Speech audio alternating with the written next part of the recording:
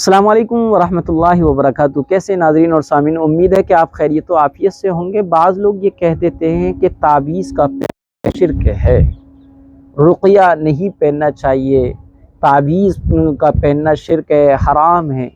تو مطلقاً یہ کہنا کہ تعویذ کا پہننا شرک ہے، حرام ہے، یہ کہنا صحیح نہیں ہے، بلکہ تعویذ 3 شرط کے ساتھ پہننا، لکھ کر کسی کو دینا یا لینا جائز اور درست ہے۔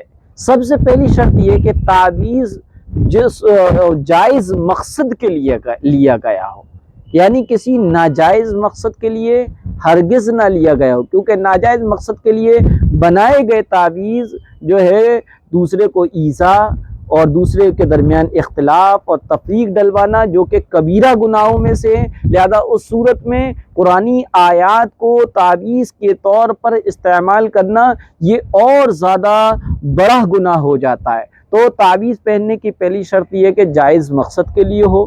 دوسری شرط یہ ہے کہ تعویذ کے اندر جو کلمات، جو آیات، صورتیں وغیرہ لکھی ہیں وہ قرآنی آیات ہوں، احادیث میں آئی ہوئی کوئی دعا ہو، کوئی شرکیہ کلمہ نہ ہو۔ اگر اس تعویذ میں کوئی شرکیہ بات لکھی ہے تو ایسی صورت میں اس تعویذ کا پہننا اور لینا دونوں ہی حرام ہوگا، کیونکہ شرک، ان الشرک لظلم عظیم، شرک بڑا گناہ ہے۔ اسی طریقے سے تیسری شرط یہ ہے کہ تعویذ کا لینے والا، تعویذ کا دینے والا، تعویذ کا پہننے والا جو ہے مؤثر حقیقی اللہ رب العزت کی ذات کو سمجھے کہ اللہ ہی اثر دینے والا ہے۔ یہ جو ہے تعویذ دنیا چونکہ دارالاسباب ہے، اسباب کے تحت وسائل کے طور پر ہم استعمال کر رہے ہیں، اس میں اثر ڈالنے والی ذات اللہ ہی کی ہے۔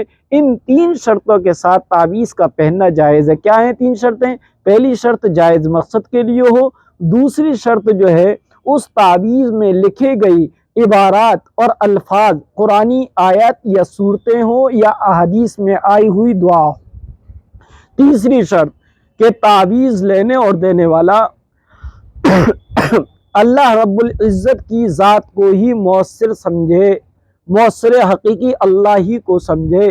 لہذا ان 3 شرطوں کے ساتھ تعویذ پہننا جائز اور درست ہے۔ بلکہ دور صحابہ میں واقعہ ملتا ہے کہ پیارے آقا حضرت محمد صلی اللہ علیہ وسلم نے کو سوتے سوتے اچانک ڈراونے خواب کی وجہ سے، ڈر جانے کی وجہ سے ایک دعا بتائی، اعوذ بکلمات اللہ التامات من غضبہ وعقابہ وشر عبادہ ومن حمزات الشیاطین وان یحضرون، یہ والی دعا بتائی۔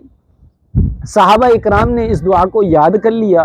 پھر صحابہ اکرام بیان کرتے ہیں کہ ہمارے اہل خانہ میں جو لوگ اس دعا کو یاد کر سکتے تھے، ہم نے وہ دعا ان کو یاد کرا دی، اور جو چھوٹے بچے تھے جو اس دعا کو یاد نہیں کر سکتے تھے، ہم نے اس دعا کو لکھ کر ان کے گلے میں ڈال دی۔